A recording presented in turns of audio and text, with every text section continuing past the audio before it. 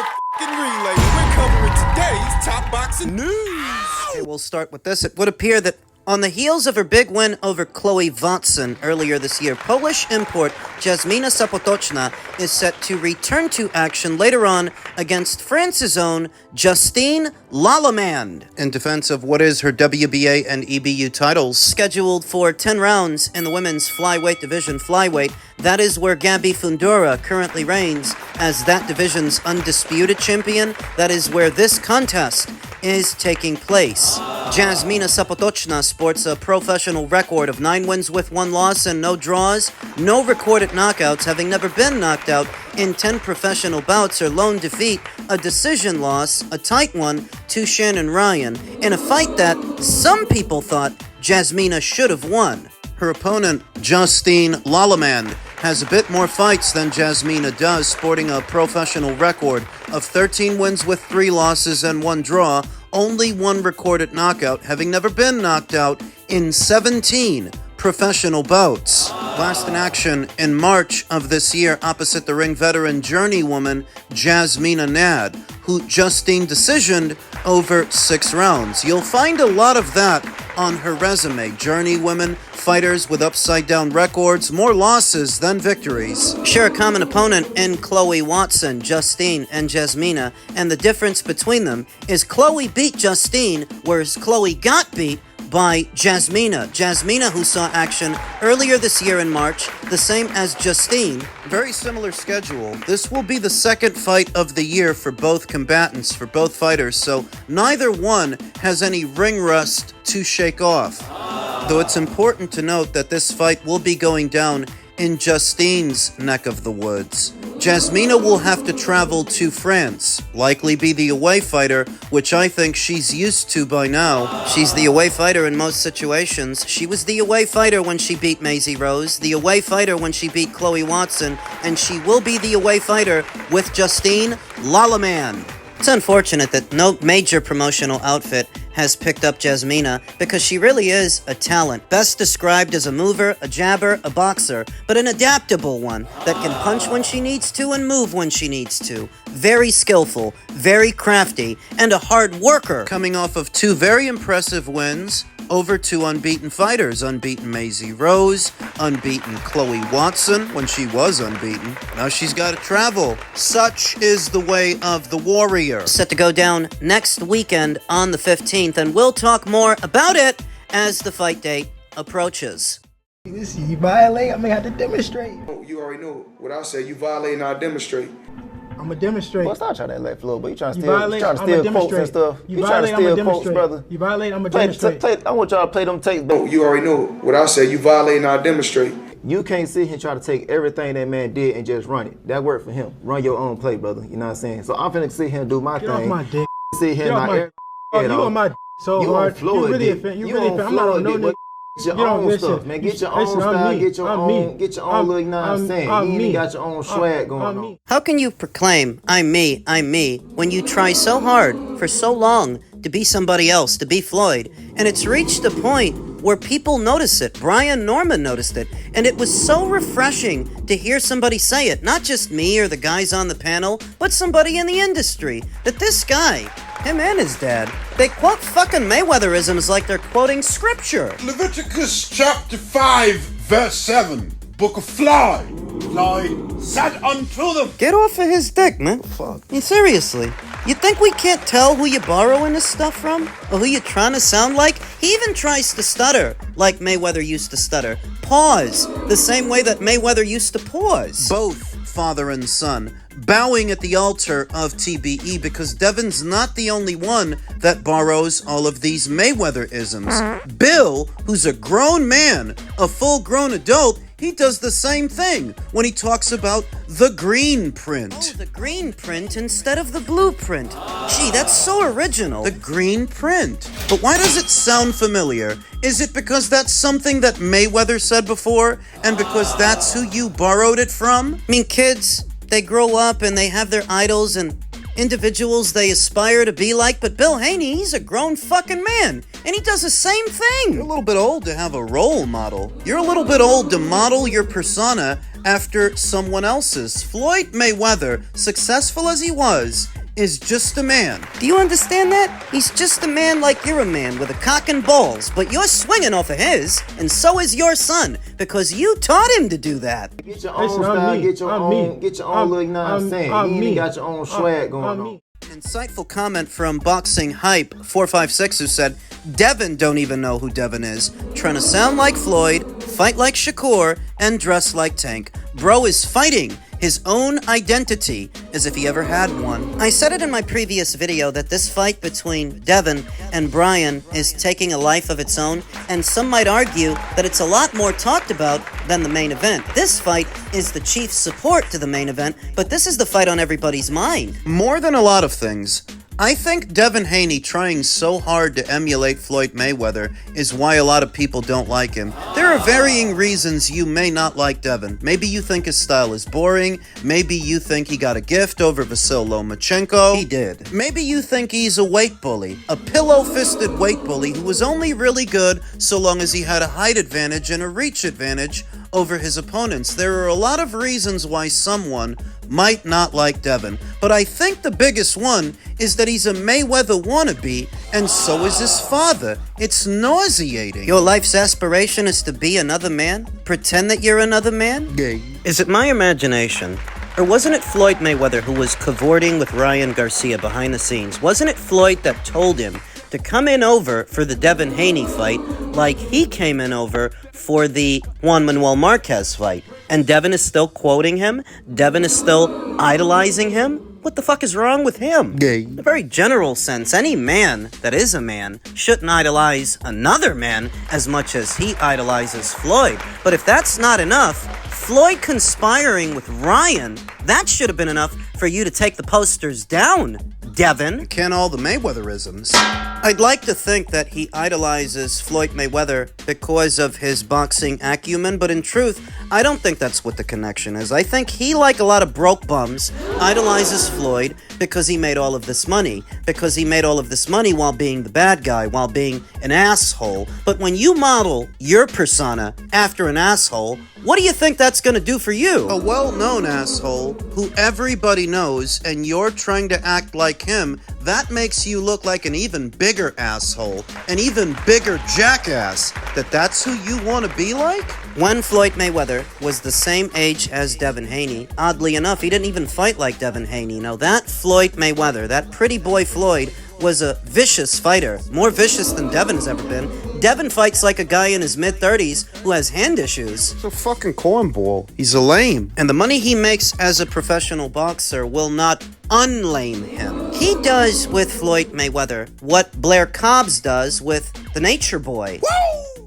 You remember Blair Cobbs? Guy used to fight for Golden Boy Promotions, got knocked out by Alexis Rocha. Likes to borrow a lot of lines from Ric Flair, the Nature Boy. That's basically what Devin does with Floyd, and it's just as cringeworthy when Devin does it with Floyd as when Blair does it with Ric Flair, because we all know who you're getting this stuff from, and it's quite unoriginal. You think? For this reason, I think the division, and not just the division, but the sport of boxing, would be a lot better off if Brian wins later on this month than Devin, because if Devin wins, at the most, we're stuck with a Mayweather wannabe, a wannabe Floyd, whereas Brian is an original. He doesn't try to be anybody else. He doesn't try to sound like anybody else. He's his own man, and I think boxing needs more fighters like that. More originals and less cheap imitations, less carbon copies, less wannabes. Wannabe Floyds? Of course, the fight itself doesn't boil down to rooting interests. It all boils down to styles.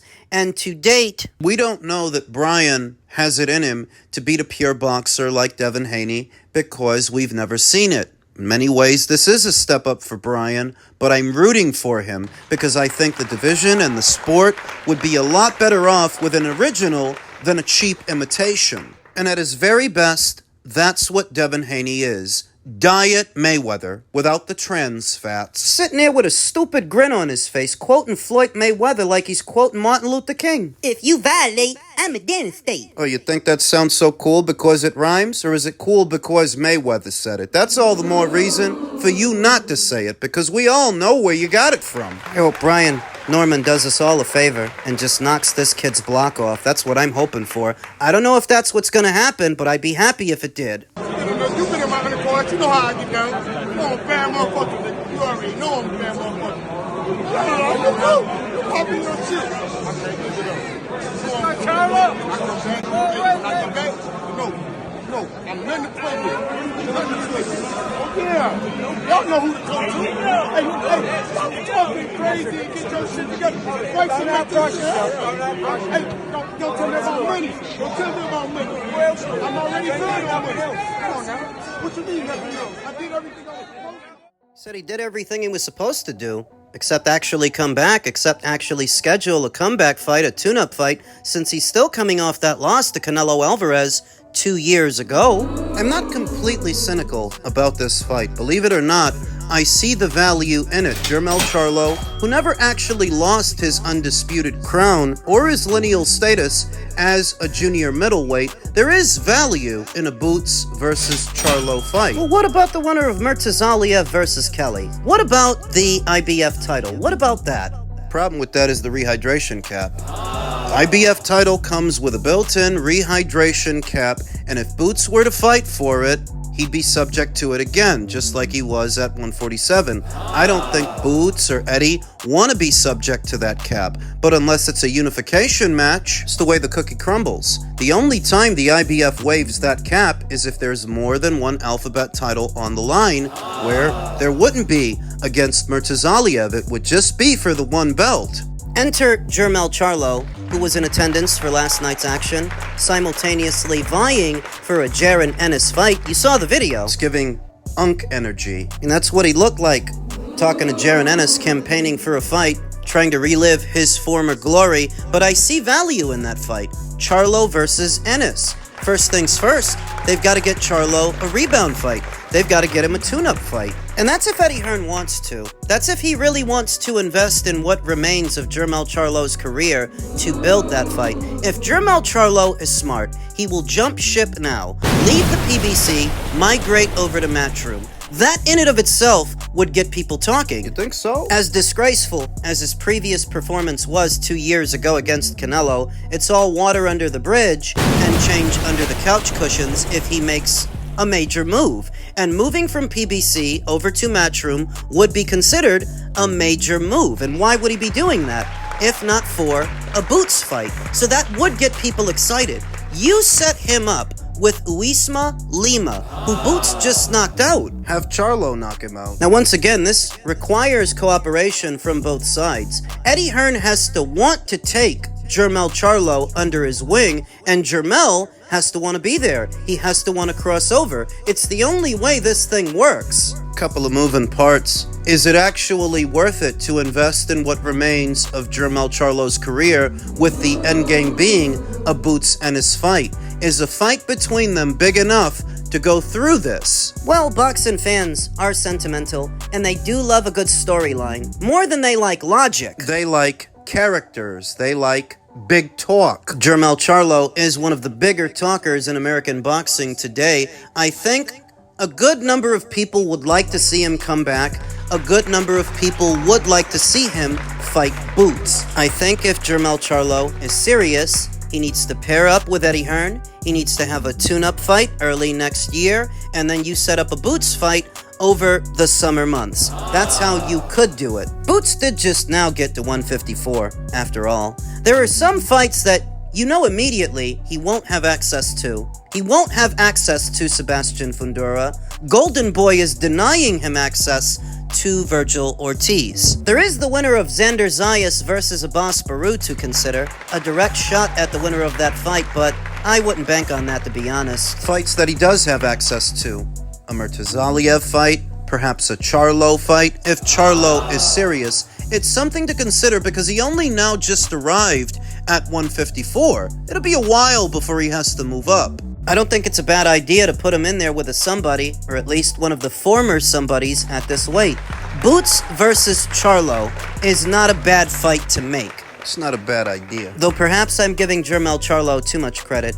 He spent the last 2 years talking about how he's going to come back, he's going to come back, he's going to do this, and he's going to do that, but he hasn't done it yet. Now, maybe it requires the involvement of someone else, and maybe that's why he hasn't done it yet. The PBC, they ain't got but so much money, and they ain't got but so much fight dates, though maybe I'm giving Jermell too much credit. He is a big talker after all. He's been talking about coming back. But maybe him coming back is more trouble than it's worth. Either way, it would require an investment from Matchroom. Whether or not Matchroom wants to make it is entirely up to them. But it is a fight that if you made it, I think it would do all right. It would get people's attention. Current state of affairs at the PBC and what their stable used to be versus what their stable is now is tantamount to high-profile gatekeepers. Guys that are only really somebodies if you're using them to build up the next generation of fighters. That's about it. PBC is no longer the land of milk and honey, and they can no longer afford to keep their fighters busy fucking off network money in the process of doing so. Forced to venture outside of their comfort zone. It's what I always told you. As soon as the money and the fight dates start to dry up, fighters are going to start jumping ship and popping up under other promotions, because where before their policy was to keep everything on their side of the street, well, now they can't afford to do that. They don't have the resources to do that. So here we are. We'll see what happens in the career of Jermell Charlo, what remains of that career, what happens or what doesn't.